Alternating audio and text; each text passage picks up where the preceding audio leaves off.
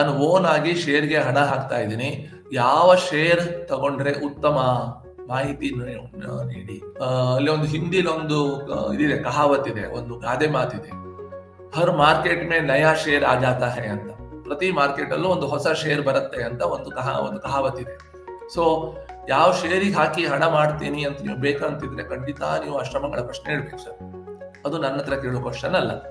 ನೀವು ಶೇರ್ ಅಲ್ಲಿ ಇನ್ವೆಸ್ಟ್ ಮಾಡಿಯೇ ಹಣದಿಂದ ಹಣ ಮಾಡ್ಬೇಕಂತಿದ್ರೆ ನೀವು ಅದಕ್ಕೆ ಸಂಬಂಧಪಟ್ಟಂತಹ ವಿಷಯಗಳನ್ನ ಕಲ್ತ್ಕೊಳ್ಬೇಕು. ಸ್ವಲ್ಪ ಫಿನಾನ್ಷಿಯಲ್ ಇಂಡಸ್ಟ್ರಿ ಬಗ್ಗೆ ಇನ್ಫಾರ್ಮೇಷನ್ ಬೆಳೆಸ್ಕೋಬೇಕು. ಅದಕ್ಕೆ ಸಂಬಂಧಪಟ್ಟ ಹಾಗೆ ಮಾಹಿತಿನ ಕಲೆಕ್ಟ್ ಮಾಡಿ ಪ್ರತಿಯೊಂದು ಸ್ಟಾಕ್ ಕ್ಯಾಟಗರಿ.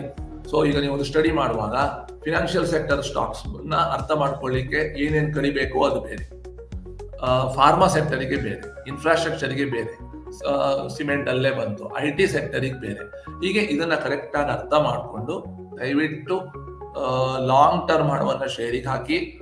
ನೀವು ಶೇರಿಗೆ ಹಣ ಹಾಕಿದ ಮೇಲೂ ಕೂಡ ಆ ಕಂಪನಿ ಚೆನ್ನಾಗಿ ಪರ್ಫಾರ್ಮ್ ಮಾಡ್ತಾ ಇದ್ರೂ ಕೂಡ ಕೆಲವು ಸಲ ಸ್ಟಾಕ್ ಪ್ರೈಸ್ ಮೇಲೆ ಹೋಗುದಿಲ್ಲ. ಈಗ ಲಾಸ್ಟ್ ಒಂದು 20 ವರ್ಷದ ಉದಾಹರಣೆ ತಗೊಂಡ್ರೆ, ಇವಾಗ Nifty 50 ಅಥವಾ ಸೆನ್ಸೆಕ್ಸ್ 30 ಇರುವ ಸ್ಟಾಕ್ಗಳು ಇನ್ ಬಿಟ್ವೀನ್ ಕೆಲವು ಸಲ 4, 5, 3, 4 ವರ್ಷ ಬಂದ್ಕೊಂಡ್ಬಿಡ್ತವೆ. ಹಾಗಂತೇಳಿ ಆ ಕಂಪನಿ ಪರ್ಫಾರ್ಮ್ ಮಾಡ್ತಾ ಇಲ್ಲ ಅಂತಲ್ಲ, ಕಂಪನಿ ಪರ್ಫಾರ್ಮ್ ಮಾಡುತ್ತೆ. ಈ ಹಿಂದೆ ಅದು ತುಂಬಾ ಮೇಲೆ ಹೋಗಿರುತ್ತೆ ಪ್ರೈಸ್, ನಂತರ ಮಾರ್ಕೆಟ್ ಅದಕ್ಕೆ ವ್ಯಾಲ್ಯೂ ಕಡಿಮೆ ಕೊಡುತ್ತೆ. ಹೀಗಿದೆಲ್ಲ ಆಗತ್ತೆ.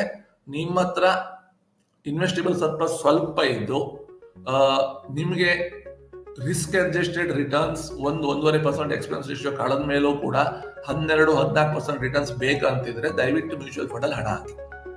ನಿಮಗೆ ಈ 12-14% ಅಲ್ಲದೇನೆ ಜಾಸ್ತಿ ದುಡಿಯುವ ಶಕ್ತಿ ಇದೆ, ನನಗೊಂದು 15-16% ದುಡಿಯುವ ಶಕ್ತಿ ಇದೆ, ನನಗೆ ಮಾಡ್ಲಿಕ್ಕೆ ಆಗತ್ತೆ ಅನ್ನೋ ಕಾನ್ಫಿಡೆನ್ಸ್ ಇದ್ರೆ ಮಾತ್ರ ಶೇರಿಗೆ ಹಾಕಿ.